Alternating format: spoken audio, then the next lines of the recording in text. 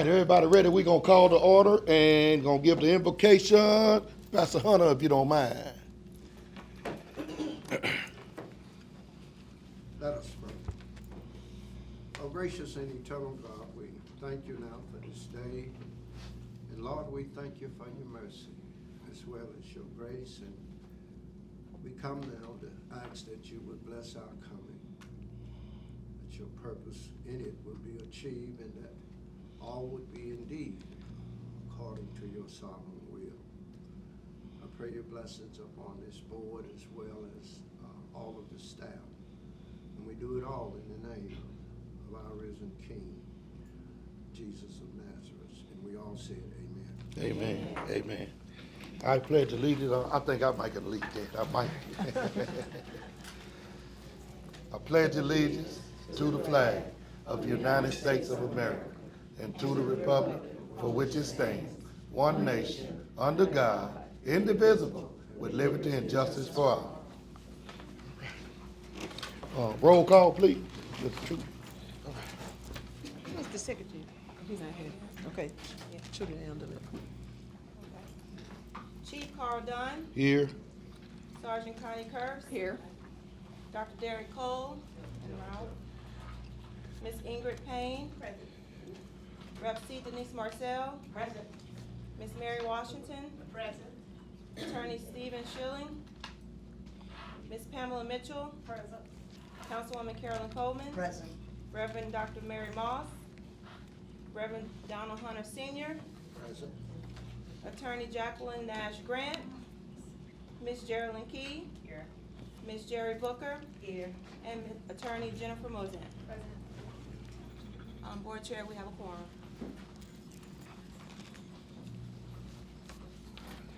Can we get a motion to adopt the agenda?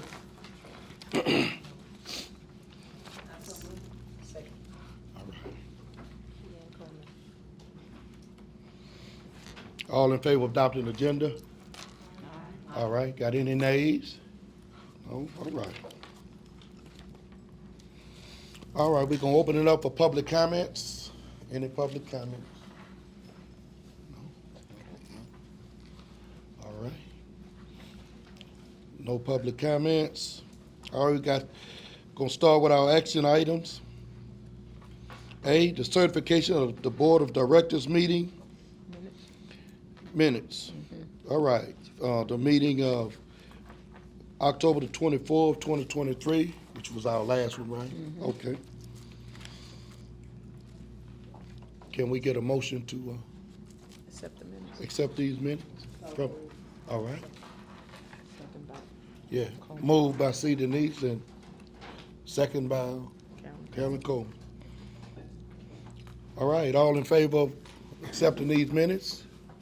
Aye. All right, we have any nays? No? All right, minutes are accepted. All right, B, Finance Committee report. Finance report, number one, gonna be fiscal year 2023 independent audit by L.A. Champagne LLC. Mrs. Jonathan Clark. Jonathan Clark, that's right. Mr. Thank Jonathan you. Clark. Go ahead. Thank you. I'm Jonathan Clark with LA Champagne, and I'm the partner that was over the financial statement audit along with the agreed upon procedures. So you should have two packets in front of you.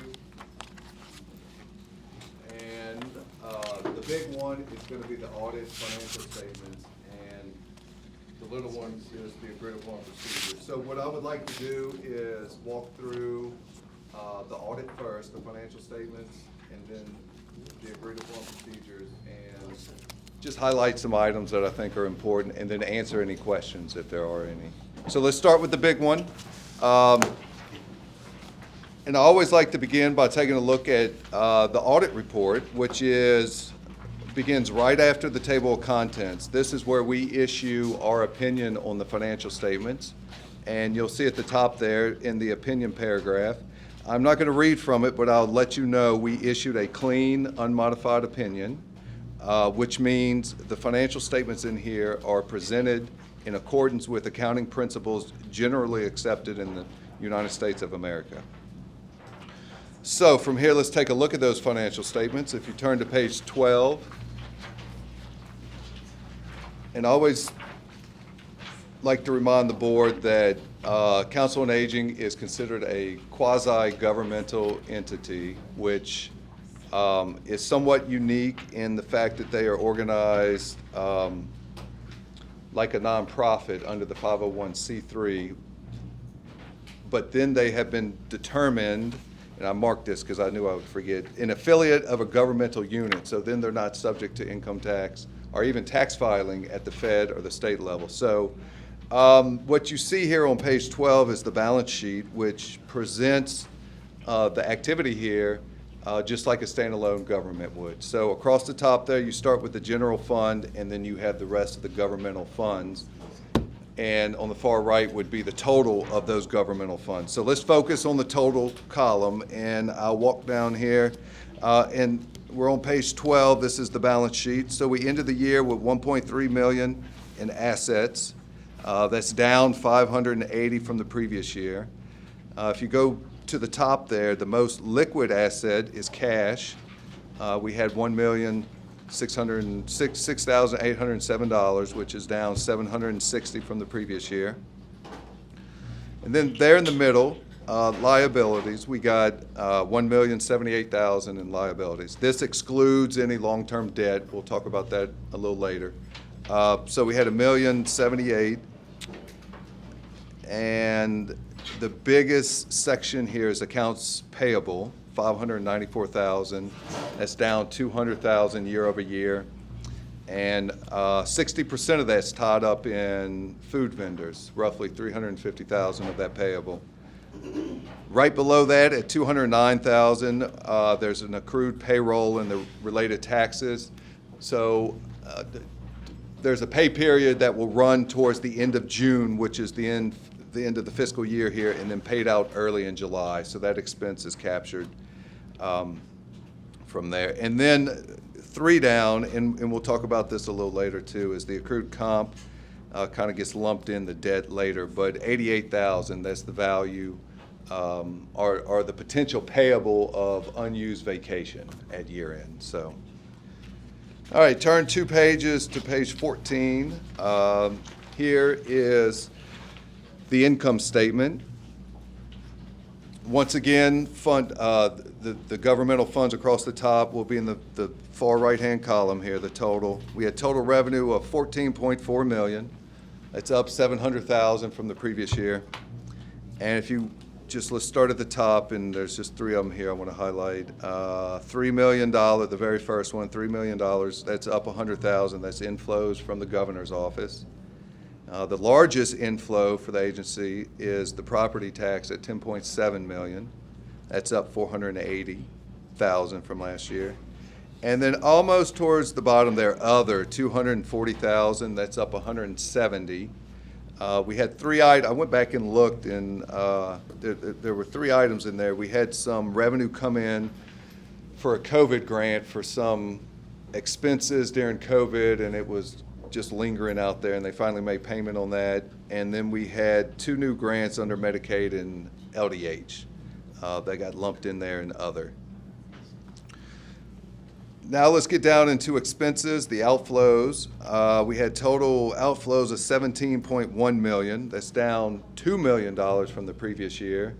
And we'll walk through a few of these items. The largest expense item at the top there, salaries at 4.1, is flat year over year. And then you go down, you have capital outlay at $2.5 million. That's down $4.2 million from the previous year.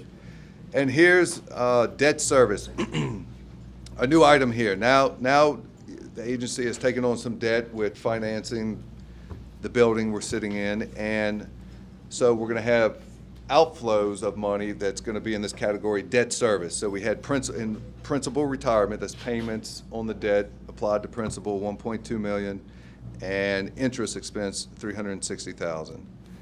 So that item's up 1.5 from the previous year.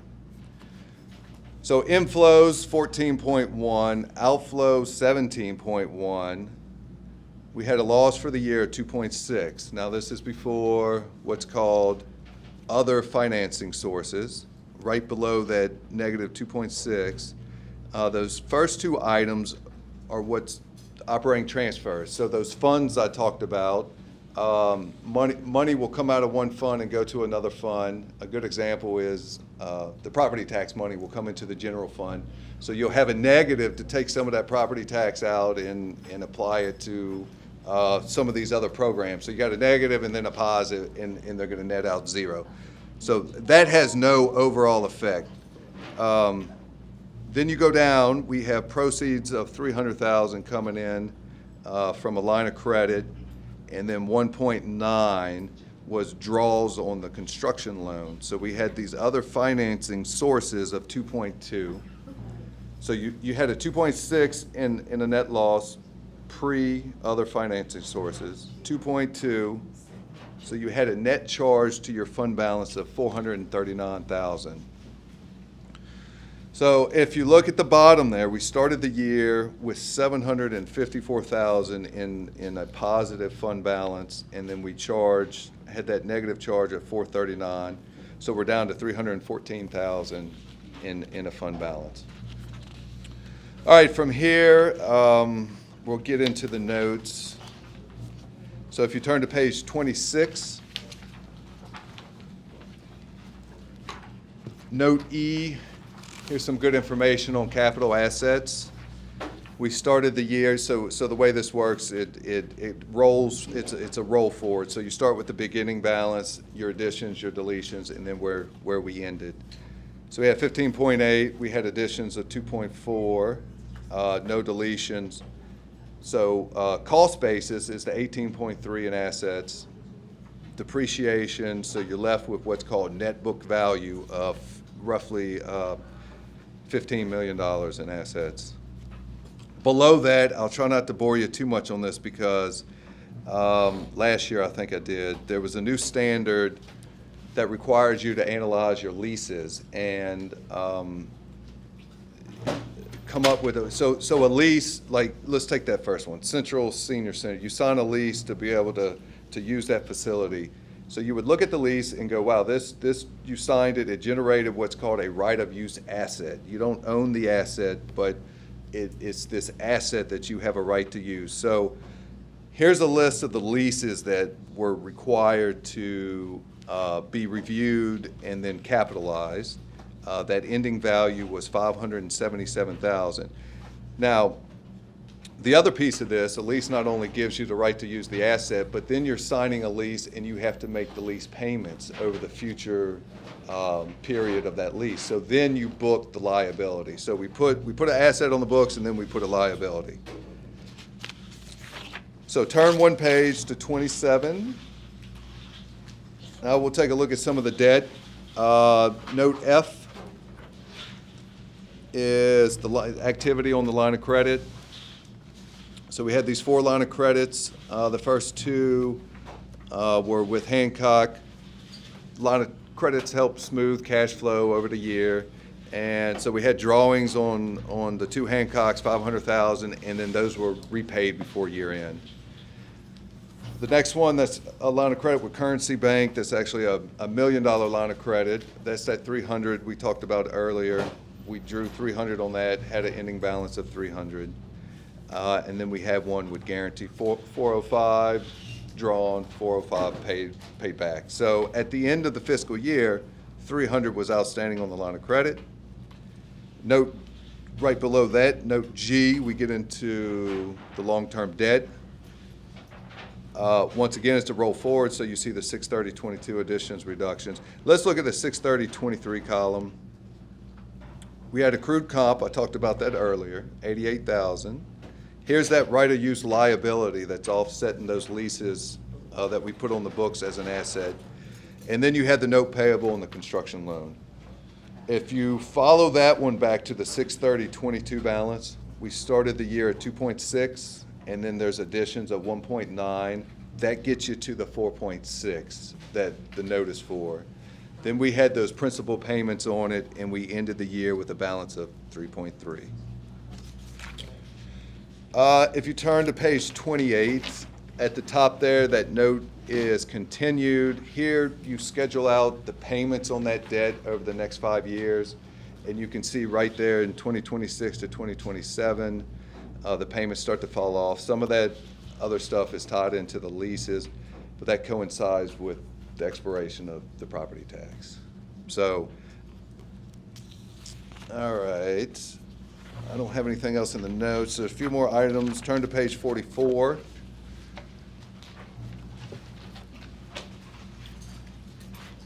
Legislative, I always point this out. The legislative auditor requires that you designate the agency head of the organization, which is Ms. Tasha, and then all payments from the agency to that agency head have to be reported here.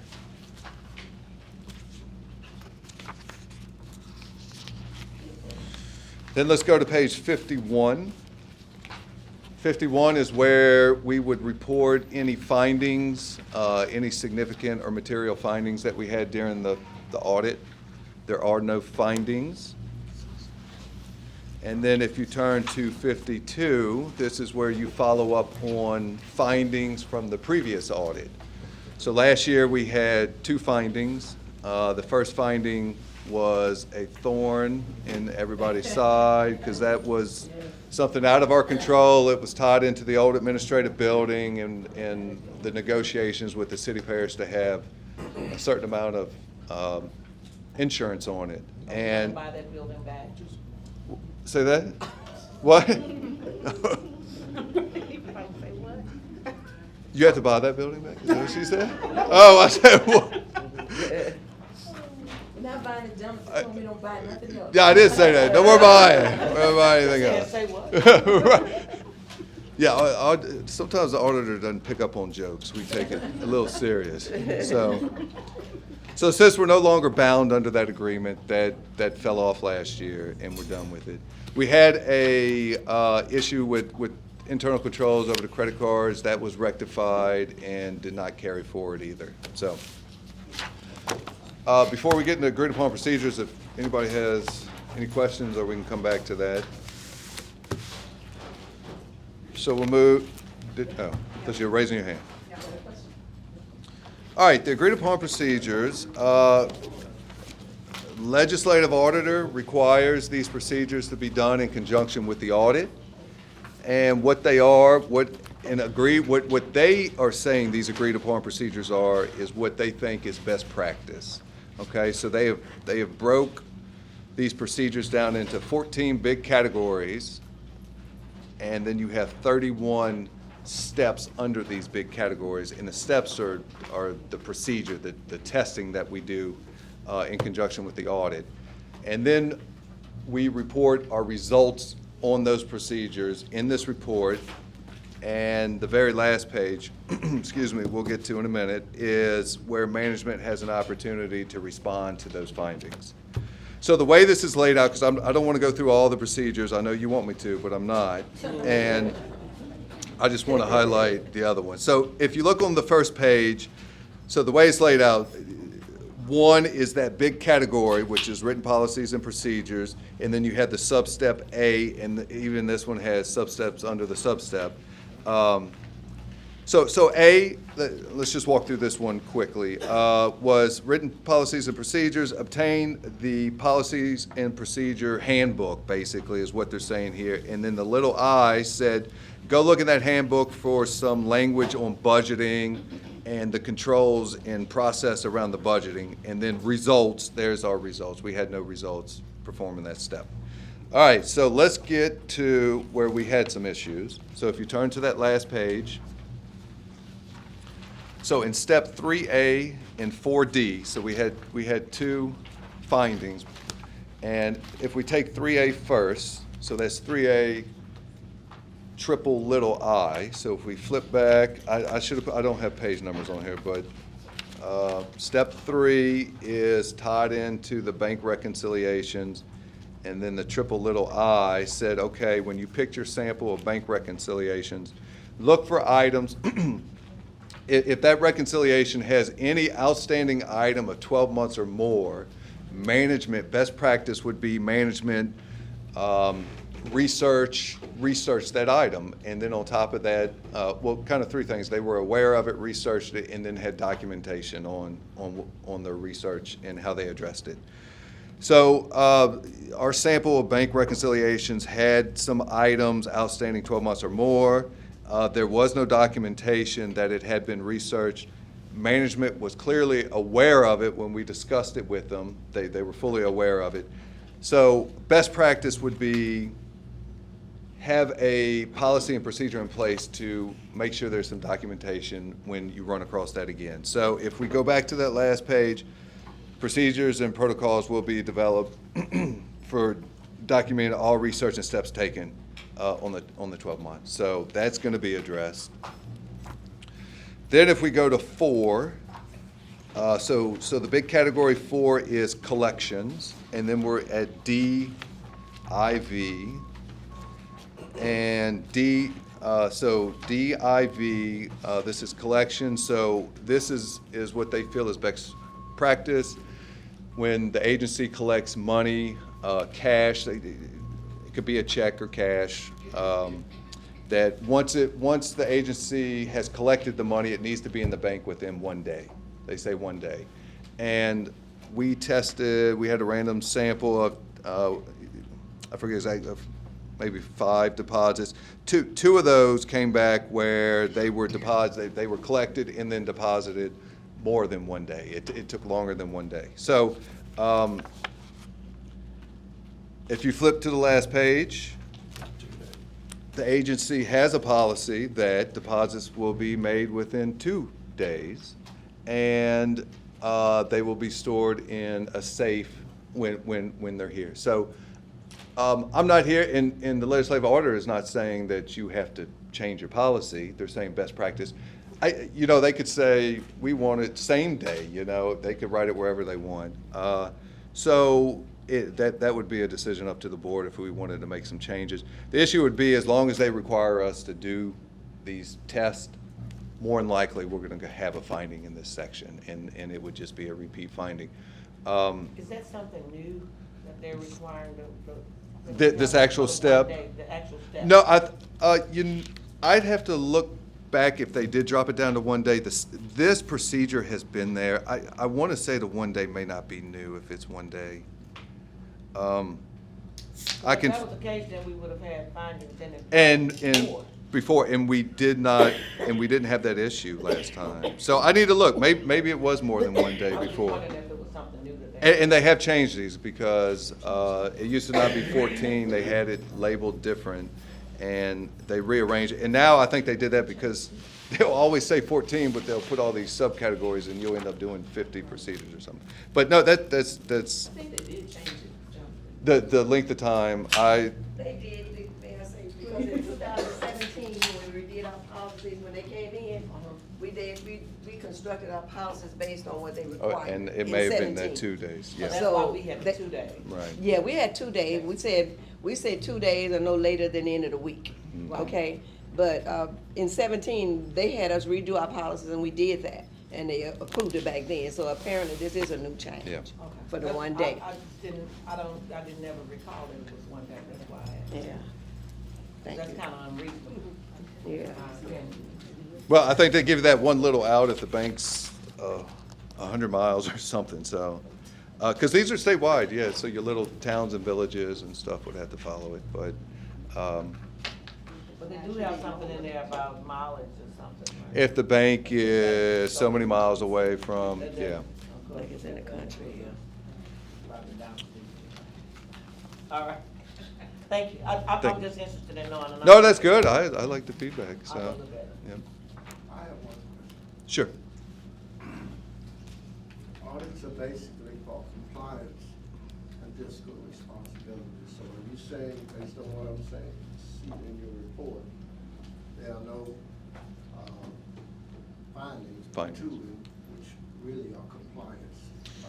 So, I'm sorry, go ahead.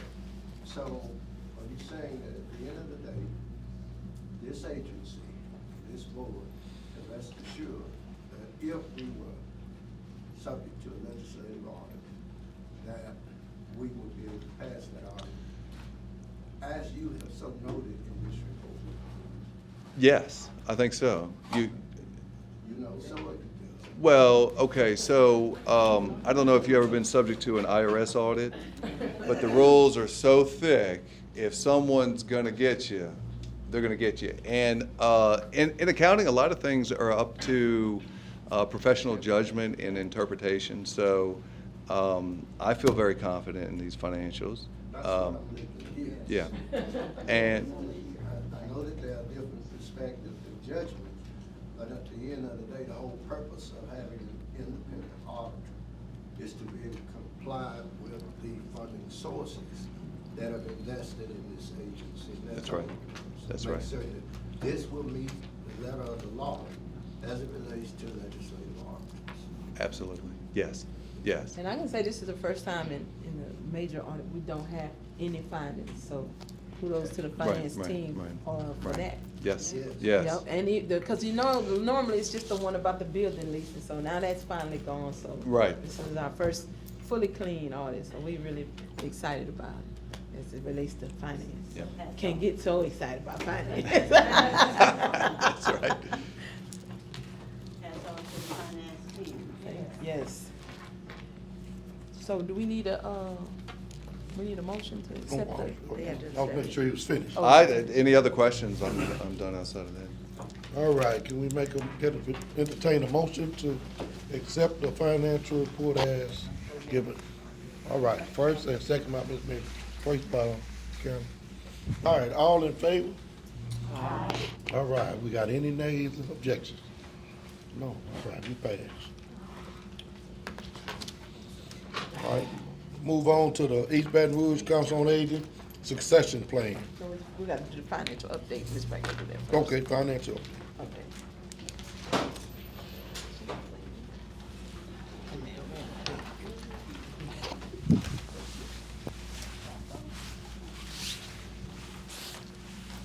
Well, as far as the update goes, it's outstanding at December 31st. At December 31st, Fran is not feeling well today. yeah. And they tested me all through the day for COVID. I don't have COVID, I don't know what I got, but every time somebody passed my office, they tested me. You about to get out of here. Yeah. Yeah. That's why they sit so far. Yeah, that's why they're trying to keep the distance, but I'm not contagious. I don't have fever or anything. But anyway, this is just, I'm not gonna go detain you because I think the most important thing was to get our report for June 30th, because now that audit report will go out to our funders and to anybody else that have an interest in what we do. It's gonna be on the web page for the legislative auditor and the governor's office of elderly affairs. Maybe I want to see it, other than you guys, you have your copies. That was the most important thing for this meeting that we normally do. But I have included in the packet, outstanding at December 31st, for the balance sheet and the profit and loss by class. And because of, of the way, we get our money in at the beginning of the year, and we, spend it, and then we do lines of credit at the end of the year, it looks like we have a deficit in December because we're living on a line of credit, and that is not actual revenue, okay? So it's not gonna be reflected on the P&AO, although you can see that over in the balance sheet, okay? Yeah. So I just wanna bring that to your attention in case you see a negative figure there. That's why it's negative. It will always show that way at the end of the year, when we've expended all of our funds and are living on the line of credit. And we're waiting on the city to. Yeah, when our money's coming, it comes in January. Like, we actually got it yesterday. We actually got our funding yesterday for this year. And the only other thing I have in that packet is proposed budgets for our special events. You know, last year we did a lot of special events because it was our 50th anniversary. This year we bagged back off a whole lot of them because we celebrated, now we good. We don't have to do that anymore for a while. So anyway, I just gave you just a snippet of what we have planned. Management got together and this is what we planned for the year. The type of activities, the dates of the activities, the location, some tentative, and our proposed budget for each activity. If there are any questions about anything, or if there's any activity you want to work on, we do have committee chairs, and if you're interested, let Trudy know and she can tell you who you need to work with if you're interested in doing so, volunteering with any of these committees to make sure that these activities go on without a hitch. Huh? We don't wanna be on the movie. No, I said we going back to the movie. Oh. Yep, going back to the movie. Purple and Pearls with the mayor. And that's all I really have, y'all. Unless somebody got some question about something. Oh, like one more thing I said that was out my bed. I'm sorry. You know, when we get our money in, like we did yesterday, our first order of business is to make the mortgage payment for this year. We have done that. So now our loan balance at the bank is, it's here, 2 million, yeah. Loan balance at the bank now is $2.2 million. So we have 2 more years to pay it off. So like you already know, we were paying off this building in 4 years, okay? And the total cost of this building, I was just looking at the insurance, the building itself is 7.072, and then the fixtures and contents, 4.4 million. So to say that by the end of the millage, we will own the building, you know, the building and the contents for here. And for everywhere, actually, because Lotus, we own that already, and Gusher, because we were paying as we went along. That's why it was so tight. You know, we didn't get loans for those, you know, well, with the city we did, but they gave us some. But anyway, we don't owe anything on any building except this one.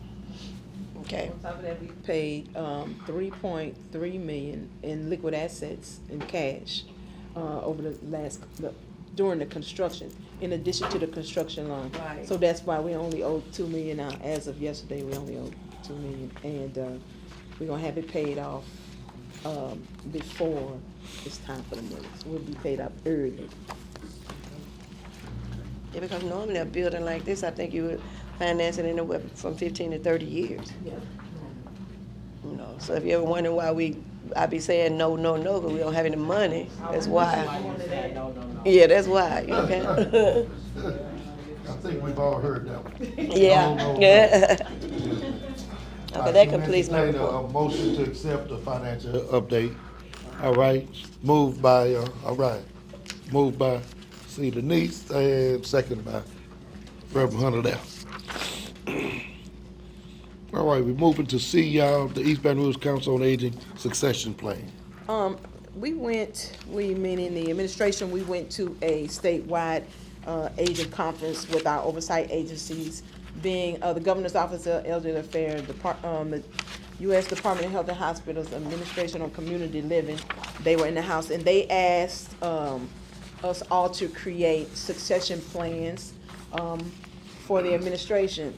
In the if I decided, you know, today is my last day, what's the natural succession plan? So here's what you have, and basically, they kind of give you the template. So basically, the CEO will no longer be the CEO. The board will be in charge of appointing the interim person, which of course is the CAO, and then the COO moves up to the AO spot, and then the CFO moves into the COO spot. So basically, it's just a standard succession plan, but it says that you all will be responsible for appointing whomever the interim person is, and then doing the due diligence. Mm-hmm. I was just wondering, who is on the executive committee? Because it was talked about like dual roles, a dual responsibility for as appointing the next person. It talked about the board of directors, but it also said the executive committee. So the administration, the administrative executive committee is me, Trudy, Shan, Ms. Pratt, So and that- Jill, and Jonathan My Stagg. question is, would that committee recommend, or does that committee have the authority to? No, that committee does nothing. You are the board's executive committee. Sure, 'cause it seemed kind of. Yeah, which is the board chair, the vice chair, the treasurer, the secretary. They will appoint the interim person and then begin to do any vetting of applicants, so on and so forth. And then they will be in charge of the hiring of that person. And it just goes on too. There's another section in here on the succession plan. For instance, if I have to go out ill as a CEO for anything past 90 days, there's something to address that as well. And I just need to make sure that I present it to you all so you can have it. Cause we already turned them in because they had us do it while we were there, so it's turned in. But if you see something you want changed in it, by all means, let us know, and and we can change that. Well, ideally, that's the way it would work. Ideally, Yes. but you know, it never works ideally. Yeah, it never works ideally. But Not yeah, at that this would be, level. no, that would be the way that it would work. And if, we don't need we need action item on that, Drew? No, okay. Next is me. All right. Now, the big part, Oh, the wait. CEO. She said, can you make a motion just to accept it? Oh, okay. I make a motion that we accept the East Baton Rouge Council on Aging Succession Plan. Got it moved and second. All right. All right. Now, number 7, All the right. CEO report. So I'm gonna try to go through this, so I can let Ms. Pratt go home. The first thing I want to discuss is, as you all know, I spoke to you at the last meeting about looming potential reductions in budgets from the feds and from the state. And so we officially received our letter of what the amount is, which is $1,058,985,000, which was ARP funds, right? And as of June 30th, those will end. And so what they did is they have urged us, they meaning our oversight agency, the Governor's Office of Elderly Affairs, has urged us to reduce programs where seniors have joined between the month of March of 2020 until December 13th of this month. And so, right, from COVID until the end of, to the declaration that COVID was over. And so what we decided to do, all of my counterparts have done it, and I haven't. So, but what we have decided to do is to take a more strategic approach. First of all, they gave us $1.8 million, but that's not nearly enough to feed the kind of people that we fed. That added an additional 1,500 people to our services, Meals on Wheels and in senior centers. We propped up the $1.8 million with another $1.8 million out of tax monies, which we can't sustain, after June. So what we have decided to do is, one, we have care managers talking to all of these seniors and calling them to see if they're really utilizing the service. Because what we have found out, we've already removed about 380 seniors. They did it voluntarily. Most of them weren't using it, or they just on it in case the next disaster comes and they'll already be on. They're getting the food, giving it to their neighbors, friends, family. So we were able to purge 385 in less than 3 weeks, and they called in. I sent them all this memo that's in your packet. I sent it all to them. And then there are another about 280, 290 seniors that's on the roster for senior centers, but they don't really go, right? They stay on the roster, for instance, because we're going to have senior skip day at the River Center, and they won't be able to come, so they stay on it, but they're not really receiving a daily service. So that's going to allow the care managers to purge a couple hundred more. Now, there's about 785 people that we're going to have to go in and actually reassess. And so what the Governor's Office of Elderly Affairs has told us to do is go in and reassess. If their assessment score comes in a high risk number, so there's a number, what's the number, 20 to 25? 15 to 24. Those are seniors that are high risk, and if they don't get this service, they won't be able to maintain their independence. And we're gonna keep those. We're not gonna put anybody off that has to and needs the service. Anybody that is outside of the high risk score, we're gonna purge, right? And that's just how it's going to happen. So we don't know how many that's gonna be. Those that still have the high risk, we still gonna have to pay for them on our side. It won't be any more funds for them. But I just can't see putting anybody off the service that really needs it, right? That's not what we're here to do. And so, and we'll talk later in my report. Actually, it's right after this. We'll talk about how we're doing some restructuring. One thing that we did with senior centers, we realized that the seniors are come about 8:39.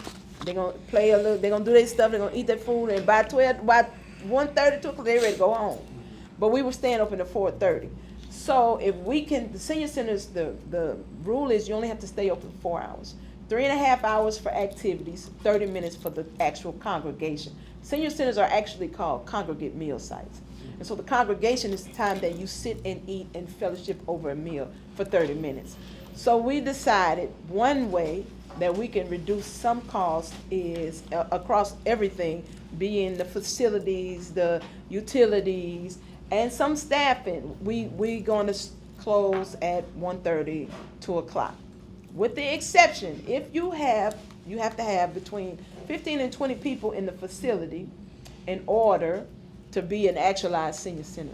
So if there's some centers and they still got 15, 20 people at 2:30, 3 o'clock, and because they want to stay, then we're going to leave those sites open.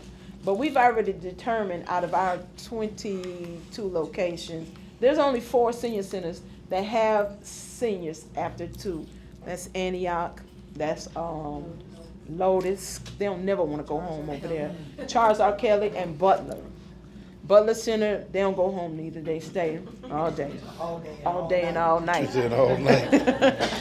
And so those 4 locations will stay open longer, but we'll see about $79,000 in savings just on those cutbacks. Another one of the things we just, I do have a question. yes. So when you cut the hours of the community centers, what happens with the employee for those hours? For the 2.5, well, it's actually 1.5 hours that the employee will not be paid for. Okay, so that's where the savings is coming in. The same That as, and and utilities and some Okay, overhead okay. transportation, yeah. And I wanna say, and Ms. Pratt, Yeah. how many employees was it? Maybe 6? I think it was maybe Yeah, it wasn't 6. a lot of- Most of them are already part-time. Right. So it's only 6 locations that were open anyway, staying past the 4:30 time. So maybe it was 5 or 6 employees. Because most of the senior center employees are retirees, right?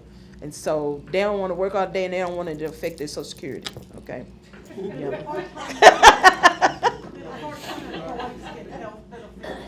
So the part-time employees, and as I stated, most of them are retirees, so they already got Medicare or Medicaid. The part-time employees can get all the benefits except medical, because they don't meet the 32-hour threshold. But they can buy their dental, their vision. But of those 6 people, maybe only 2 or 3 of them were on our insurance, right? Because they have better insurance, according to Ms. Pratt. Because she got it. Okay, any more questions on that? Okay, and so what we also determined is that we're gonna have to, in order to continue to pay the kind of money we have to pay on this building, operate our programs, not stifle our growth to the point where, it's a problem. We decided that we're gonna start our revenue generating activities earlier than we wanted to. And it came by happenstance. The YWCA Early Head Start program reached out to us, had a meeting with us, and asked us, will we prepare the food for their children? So seniors' meals and children's meals are actually aligned as it relates to the RDAs and the caloric intake. Kids need a few more calories, but it's basically the same portion size for kids. Maybe the little kids that we have 2 groups that we're feeding. I want to say 3 to 4 and 4 to 5, right? That we feed. We feed in right now at 2 schools, Wyandotte and Prescott. Early Head Start. We are doing about, 432 kids, 432 meals a week. Is it a week? A day, I'm sorry. 2,160 meals a week. They're getting breakfast and lunch. We're delivering it, and we're taking it in, and their staff is serving it. We also feed the teachers, and out of this contract, we were awarded a contract for $263,000, which is pretty good. We also have a MOU and a contract with the Louisiana Leadership Institute, where we're feeding them 150 meals a week. They get 50 meals for 3 days within that week. One of those days being Saturday. They paying us $8 a meal, so we get $1,200 a week from Louisiana Leadership. And then on the Saturday, that's for the regular days. On the Saturday Academy, we do 255 meals at $8, and that's $1,800 a week. And so for a total of $3,000 times 4 weeks, we get $12,000 a month from Louisiana Leadership Institute. And then we started the Juvenile Detention Center, City Parish, reached out to us. They had an emergency in their kitchen early December. They asked us, they had been in communication. I think they were all at a meeting, meaning folks that feed children. They had some kind of conference. Diana at the Y mentioned it to Dr. Wade at the JDC about how they loving the meals. So they asked us, could we make meals for them under an emergency contract for the month of December. For the month of December, we did meals, breakfast, lunch, and dinner, inclusive of juice and milk. And their meals are a little different because you don't take it in a pan. Has to be plated for the individual, wrapped, and the cereal has to come, everything has to come sealed, so they can't do whatever they do in the Juvenile Detention Center, right? And so for the month of December, we made $26,000 on their meals. They came back and asked us, could we do it for January as well? We're slated to make about $32,000 for January. So breakfast is $6, lunch is $8, and dinner is $10. We are officially a food vendor, right? And so they asked us if we could extend the relationship beyond an emergency appointment. 'Cause I was only going to do it for a couple of months until she could get her kitchen back up. It's my understanding all the staff kind of just left because they were making like $8 an hour or something. And so she reached out to me and asked me, could we do it for the rest of this year and potentially the following year? Well, that's a $480 contract. And yes. Mm-hmm. So I hear the numbers that you're generating. What's the profit margin? So, and I'm gonna tell you that. Okay. Okay. I'm gonna tell you that. 480,000. So of course, in order for us to get a solidified contract, it has to go through the Metro Council. And they've had some questions and of course some pushback because it's us. Because they didn't know, actually they don't really know what we do, right? And they don't know that our councils on agents and AAAs like us we have 3 mandates in charge. One, we're supposed to generate revenue, right? Some of my counterparts own thrift stores, some of them own bingo halls. Y'all know we didn't do too good with bingo. Some of them own bookstores, some of them own housing complexes. We own 2. So the Metro Council doesn't really know all of that we generate, and whatever we generate goes back to prop up our programs. Let me go back to the profit margin. So we'll have a pretty good profit margin with Juvenile Detention Center. Now, Ms. Pratt gave me a number, and I cut the number back by 10, but we'll profit about $22,000 a month from our service with them. Louisiana Leadership is we making a very good profit with the Leadership Institute because they are nonprofit, we are nonprofit. They got a major grant, and so they kind of just gave us the budget. So we're gonna end up profiting about $20,000 a month from them. good. It is good. Say it loud. Yep. And then and now the why is solely their profit is based on hours.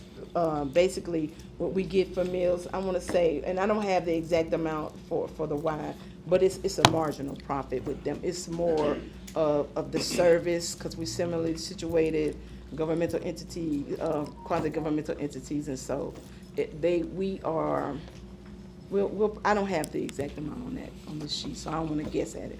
But what it will do is prop up our program. So for those folks that we determine we're not going to cut off the service, our intention is to use those funds to continue to pay for them, so we don't have to reach into any other pot of money. So that's our intention. And then lastly, we had a meeting about a couple of weeks ago. The whole Head Start program for the city came out. Their director, all that stuff, and they want us to do their meals for school year 2025, 1,200 meals a day. And so that's another conversation we're gonna have, because then I have to hire a new staff and all that. That's really huge. They said we can use their kitchen. They so desperate. They said we can send it to them frozen. They'll take the meals on wheel trays, whatever, you know. And so we're in talks with them. They're creating a bid package. But I wanted you all to know that, because it came on the news that we were looking to be awarded and you know which channel, the contract. And so next week on Wednesday, we'll go to the Metro Council. But I just wanted to share also with you all, everybody that works in the kitchen and half of the administration, we say certified. We take a test. We all have certifications, myself included. Our kitchen has been awarded the food safety certification gold seal, because we have very few violations, if any, and none critical.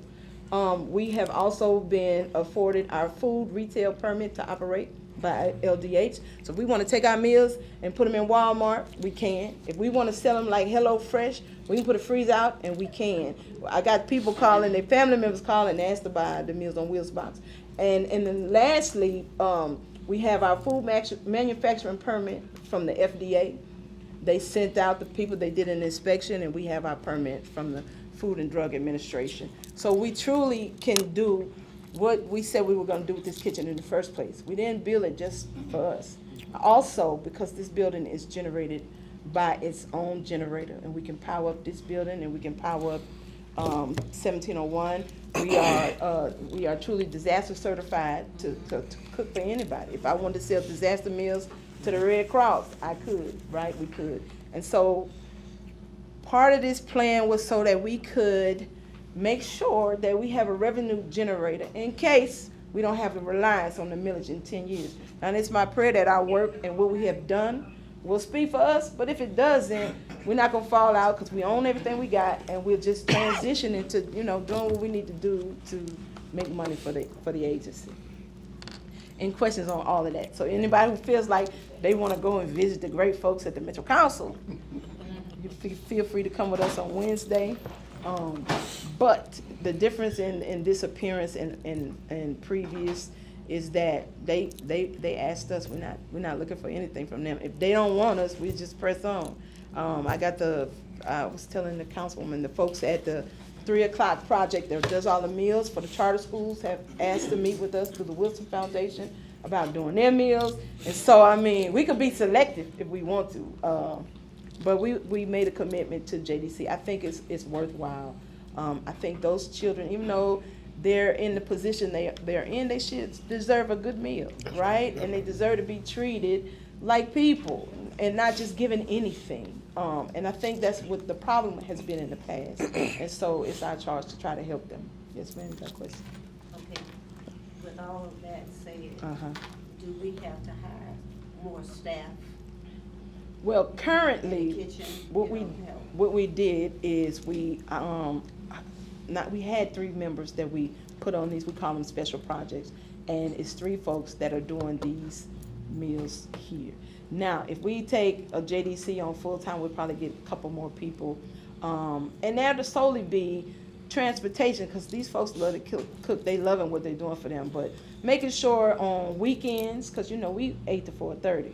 But they gotta eat every day. So somebody that can take the food on the weekends and holidays, and even on the cold days, we had to take them the food because they got to eat, right? And take them on the days that the rest of the city is shut down. So we are looking to hire a couple more people if we get this contract permanently. And Head Start needs you. I worked for Head Start for 10 years, and they need good food. Yeah, They have good food. yeah, yeah, that's what they say. For children, that's what Right. I'm saying. For kids, it just, Mhm. it break your heart for kids. That's to right. have a good. That's right. Hot That's meal. right. That's right. So the Wilson Foundation Yeah. did come through? Well, they asked to schedule a meeting with the 3 o'clock I'm project. glad. But I kind of put them, asked them, let me get through some of this first, because, I don't want to bite off more than we can chew and not produce a good product. And so we were trying to do a little bit at a time and work our way up in the next couple of years to get where we're trying to go. Okay. Yeah.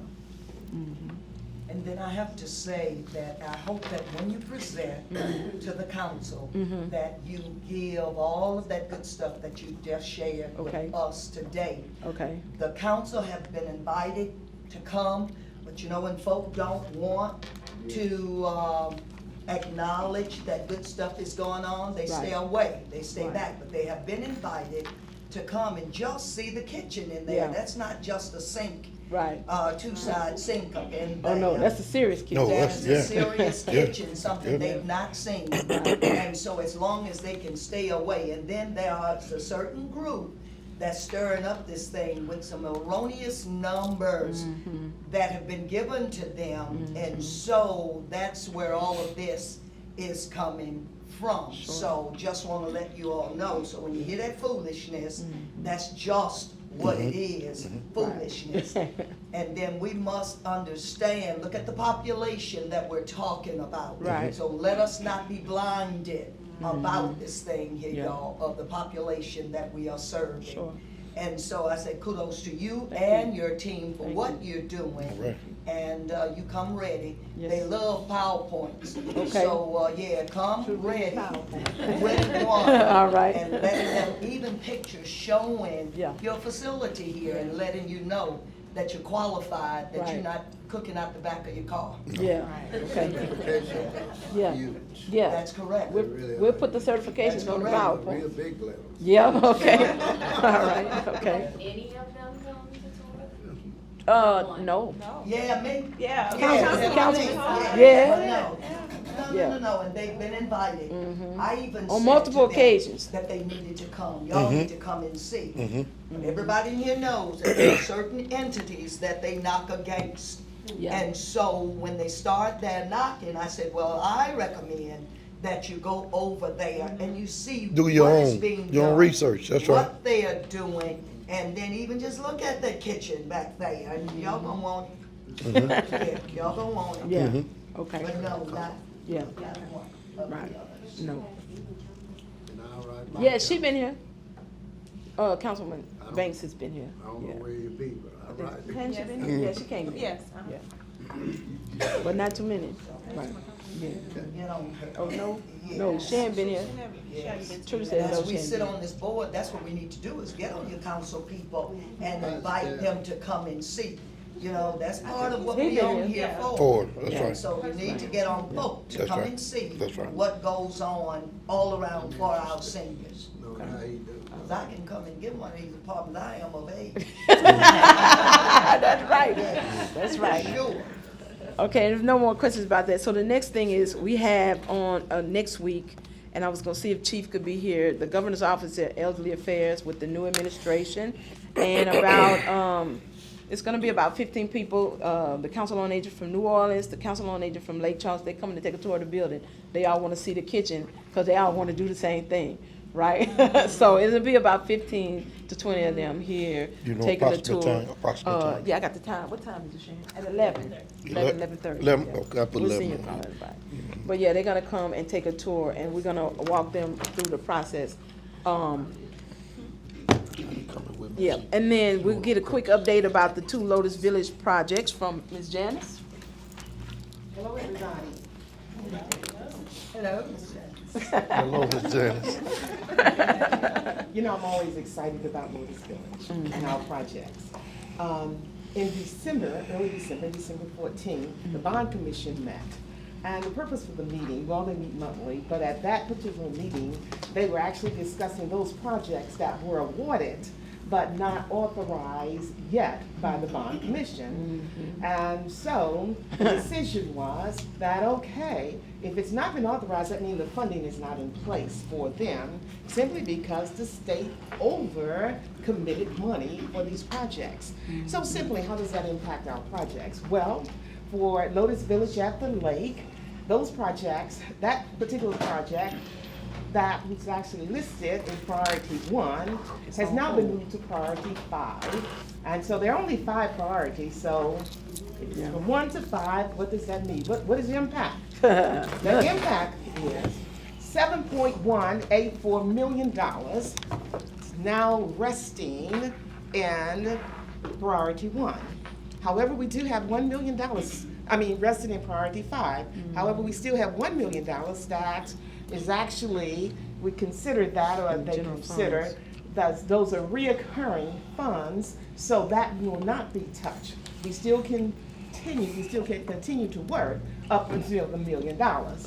So that's that project. We're waiting For on those- the new administration. That's, of course, that's the new governor is put everything on hold till he figures out who really gonna get what, right? And that's what happens when you change Administration. administrations. Yeah, so you can imagine it's been a very slow process. So for our Lotus Village Phase 2 project, we had $500,000 that was actually in priority 1. That's considered the non-reoccurring fund, so that money will not be touched. Right. However, we had $1 million in priority 5, and that money will stay there. It's pending, all of these funds are pending. So what we decided to do is Avon said, okay, we gotta do something. So we decided to reapply for funds back in November. late 2023, so that those funds can be reviewed again with the new administration, and we're just hoping, praying, and asking God to give us favor and fund those projects and allow us to have approval for funding to the funding level where we were with the 7.18 million, and of course the $1 million in for this particular project for phase 2 of our Lotus project. And second, what we're doing with the $500,000 funds that we have, we are using those funds to continue our project. Our goal was to actually renovate some property and to acquire property and do what we need to do with that money. Once a CEA is issued, we have actually 2 years from the time that it's been issued to spend the money.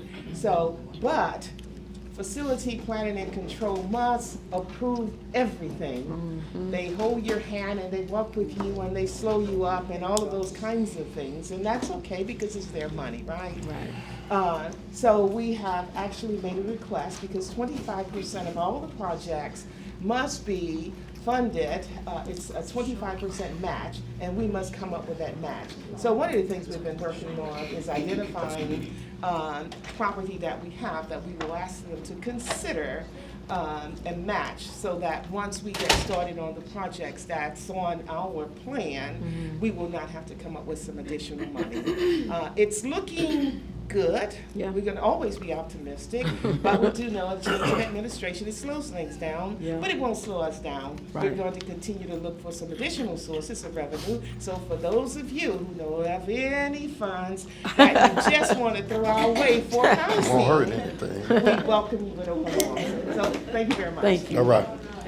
Last couple of things on the report is capital outlay.